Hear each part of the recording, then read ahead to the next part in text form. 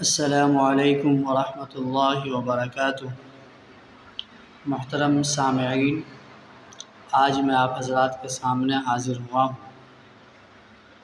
ایک عنوان لے کر، جو عنوان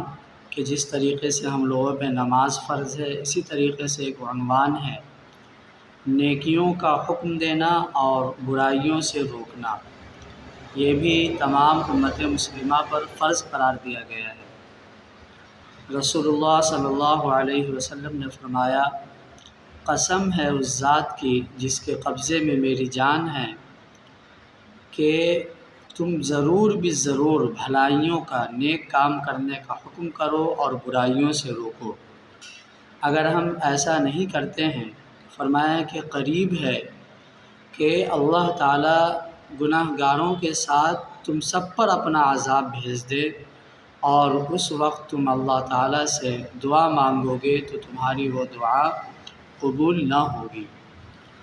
قرآن کریم کی آیت بھی ہے، فرمایا گیا کنتم خیر امت اخرجت للناس، تم لوگ بہترین امت ہو، اخرجت للناس، پیدا کی گئی ہو لوگوں کے بھلائی کے لیے، تأمرون بالمعروف، لہذا تم بھلائی کا، اچھے کاموں کا لوگوں کو حکم کرو، وتنہون عن المنکر، اور برائیوں سے لوگوں کو روکو، اسی میں تمہاری کامیابی ہے۔ تو اس آیت سے صاف صاف پتہ چلتا ہے کہ جس طریقے سے ہم دوسرے کو نماز کا، روزے کا، زکوٰۃ کا، اچھے سلوک کا حکم دیتے ہیں، اسی طریقے سے اگر کوئی شراب پی رہا ہے، کوئی جھوٹ بول رہا ہے، کوئی کسی پر ظلم کر رہا ہے، یا کسی بھی طریقے کے کسی گناہ میں مبتلا ہے، تو ہم کو اپنی طاقت کے مطابق اس شخص کو روکنا، یہ بھی ہم پر فرض قرار دیا گیا ہے۔ اس لیے کہ فرمایا کہ اگر تم ایسا نہیں کرو کہ اگر کوئی شخص یہ ہے کہ صرف بھلائی کا حکم تو کر رہا ہے لیکن برائیوں سے کسی کو نہیں روکتا، اگر کوئی برا کام کر رہا ہے، کوئی نماز نہیں پڑھتا، کوئی شراب پی رہا ہے، زنا کر رہا ہے، جھوٹ بول رہا ہے، غیبت کر رہا ہے، اور ہم اگر اسے نہیں روک رہے ہیں، تو فرمایا کہ قریب ہے کہ اللہ تعالیٰ جس طریقے سے وہ گنہگار ہے اس پر تو اللہ کا عذاب آئے گا ہی، اور جب اس گنہگار پر اللہ کا عذاب آئے گا تو اسی کے ساتھ ساتھ اللہ تعالیٰ جو ہے تم پر بھی اپنا عذاب بھیج دے۔ کس وجہ سے؟ حالانکہ تم تو نماز پڑھنے والے تھے، روزہ رکھنے والے تھے، اللہ کے حکم کی اطاعت کرنے والے تھے، لیکن پھر بھی وہ عذاب تم پر بھیجیں گے، اس لیے کہ تم نے اسے برائی سے روکا نہیں، اس وجہ سے تم پر وہ عذاب نازل کیا جائے گا۔ نیکیوں کا حکم دینا اور برائیوں سے روکنا امت کے، خاص طور پر امت محمدیہ صلی اللہ علیہ وسلم کے ہر فرد پر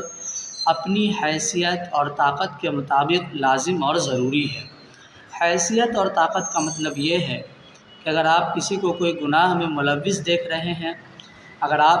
کے پاس اتنی طاقت ہے، اتنی حیثیت ہے کہ آپ اسے ڈانٹ کر کے یا آپ اسے مار کر کے روک سکتے ہیں تو آپ روکیں، لیکن اگر وہ آپ سے بڑے ہیں یا وہ طاقت میں زیادہ طاقتور ہے تو کم سے کم زبان سے روک دے کہ بھائی ایسا کام نہ کرے۔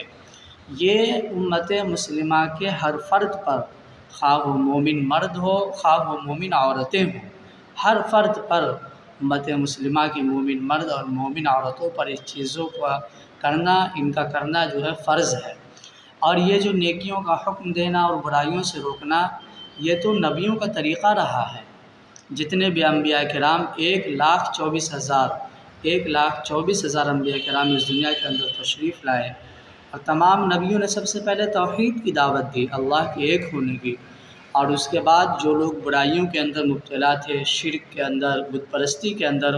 انہیں ان کاموں سے منع کرنے کی تبلیغ کیا، اور پھر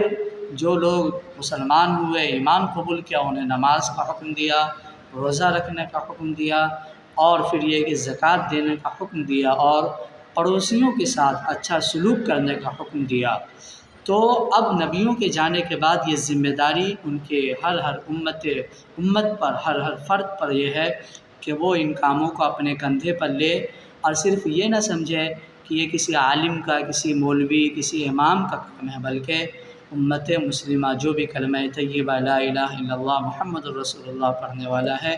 ہر کسی کے اوپر یہ ذمہ داری ہے کہ وہ نیکیوں کا حکم کرے